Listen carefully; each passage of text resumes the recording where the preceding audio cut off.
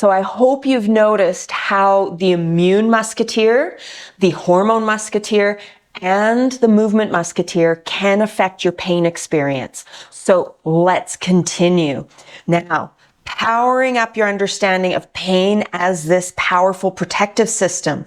Now, when we look at this, we're going to actually talk about the fourth musketeer, the pain musketeer. And we've talked about how pain is meant to protect us, right? But it can become overprotective. So we have this pain musketeer, and it is a very powerful musketeer. You know that. You're living in persistent pain. You've had flare-ups. You know when that kicks in, it stops everything. Right? Whether it's a migraine, lower back pain, shoulder pain, gut pain, whatever it is, you know when it fires up and decides it's done, it stops you from doing everything. You've been really good at pushing through low levels of it. You've probably pushed through higher levels of it. You've probably tried ignoring it. We can't do that. It is there for a reason. So there is, and I know as soon as you hear this, you're going to be like, oh, I wish I had that condition. Trust me, you don't. It doesn't work very well. There's a rare disorder called congenital analgesia, okay, or a congenital insensitivity to pain. And it's people who are unable to experience pain. And you're like, oh, that sounds amazing. But here's the thing. They cannot understand what might be dangerous to them. And a lot of them typically die in their early 20s because they don't understand, they can't comprehend when something might be dangerous. When they might have an injury, they can't feel it, so they don't go get help. There's so many things that are not good about it. But with that, we've all had that experience with when pain's linked to our injury. But when we ask people who have recovered from persistent pain, why do you think you recovered?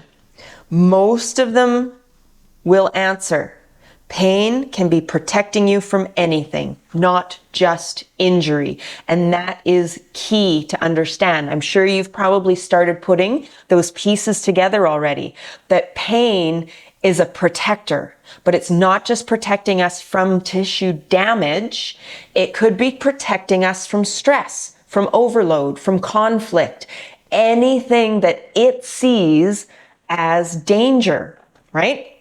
So it protects you if you move too close to a fire. It protects you when your back aches from sitting too long.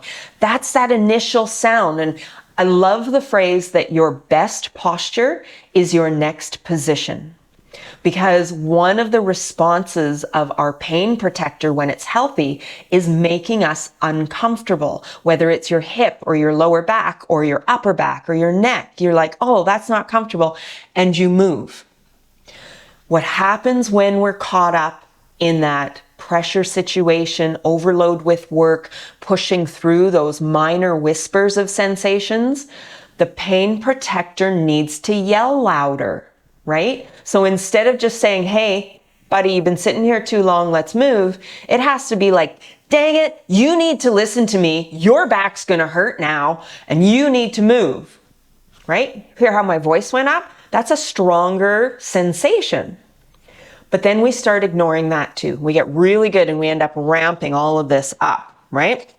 So all these different things. Pain protects you when you're running up a big sand dune. If you're working too hard, pain protects you when your bladder's becoming dangerously full. It starts hurting. All of these examples, they don't involve an injury, okay? But it's a sensation that is coming into your body to get your attention. So you can see your persistent pain now when it flares up or amps up. It is trying to get your attention. So we're so used to that idea that pain is there because of tissue damage. We need to get out of that and just understand pain is there to try and protect us from something it sees as dangerous.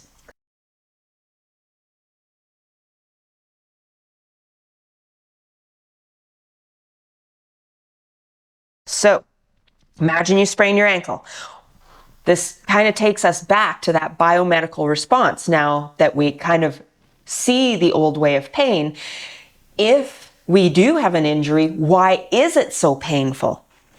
So when you sprain your ankle, it usually means some of the fibers in the ligaments of the ankle have become damaged. They leak molecules that normally belong inside your cells. Within a minute, the immune musketeer quickly sends an immune response to the area. These molecules have an amazing and immediate effect on all the local sensors, specialized endings on nerves, and make them way more sensitive.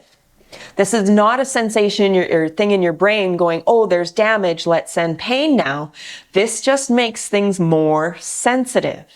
Okay, so if you have a sprained ankle, it creates that immune response, creates a more sensitive pain to keep you from doing more damage, right? We have millions of these sensors all over the body. They can detect, like I mentioned before, temperature, chemical and pressure changes, okay, or mechanical force, which is pressure changes, on the tissues. So after the injury, the damaged molecules and the immune musketeer continue to increase the sensitivity. This creates a safety buffer. When we look at the picture on the next page, you're going to see the safety buffer, right? If we have a sprained ankle, and this is why we would immobilize something, we want to protect it. So the sensors in our body, because the cells have been damaged and they release these different things that should normally be in the cell, creates that immune response, creates a higher sensitivity. If your immune musketeer is already working up here, a tiny damage might create that huge immune response. All right. So it's hard to tell when we're living with persistent pain, what might be damage and what might just be a normal response, right? We have that hyperactivity.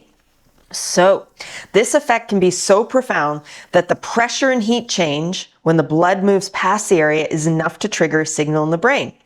So the immune musketeer is keeping those tissues as safe as possible. And you're not going to want to move at all, okay? That's the protection response. That's the normal way that pain protects the body. It makes those nerves more sensitive to sensation, sensitive to any sensation, right? That mechanical loading sensation, pressure, temperature, all those things, correct?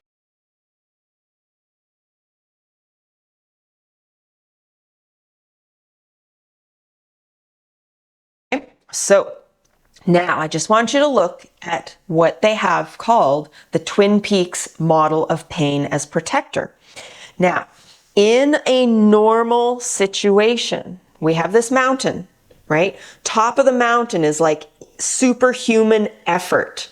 The middle, there's a little layer right here that is our protection zone, and everything underneath is what we do on a daily basis. Maybe if we push a little harder, doing some movements, we help somebody move, we've got this response. All right. When we have a higher immune response, when we have either an acute pain, like that sprained ankle, or we have persistent back pain, that mountain now has the superhuman effort at the top, but it has a very large pain protector, and our effort level, our daily movement is way down here. Okay. So we end up with a difference. We have this huge pain protector, and that pain response will kick in at the smallest thing. That's one of the reasons that kinesiophobia has such a strong effect on the body. And when we start doing movement, I need you to remember this, because once you start loading the tissues in a safe, conscious way, not hyper aware, but in a safe, conscious way, that, you know how when you used to, if you ever worked out really hard and your muscles were sore the next day, your pain protector that's this big now goes, no, that response is really bad. That's dangerous. Don't ever do that again. Even though it's realistically just the same response that we would have had when we worked out earlier. But because of this hypersensitivity to all the neurons, it feels like we've set ourselves back in pain. So this is where we need to find this sweet spot of moving. And we're going to be talking about this soon. But I need you to understand that when we talk about the before problem mountain, that they call it, we have, again, this superhuman effort at the top, which may cause an injury. We have this small pain protector field, right? If we go into that, we're going to get a sensation of pain before we get that injury really bad, hopefully. Okay. But we have this huge base of the mountain where we can do a whole bunch of things. When we're living with persistent pain and we have that heightened immunity and those sensitive tissues and those stronger neural pathways, we've got the superhuman effort way up here. We have a huge pain response that goes off at this lower level where, you've just even looked at somebody moving their shoulder and all of a sudden the pain goes, no, we're not doing that. That's dangerous, right? All right, so with those two mountains, what we're looking at that superhuman effort level, we have this level of tissue tolerance.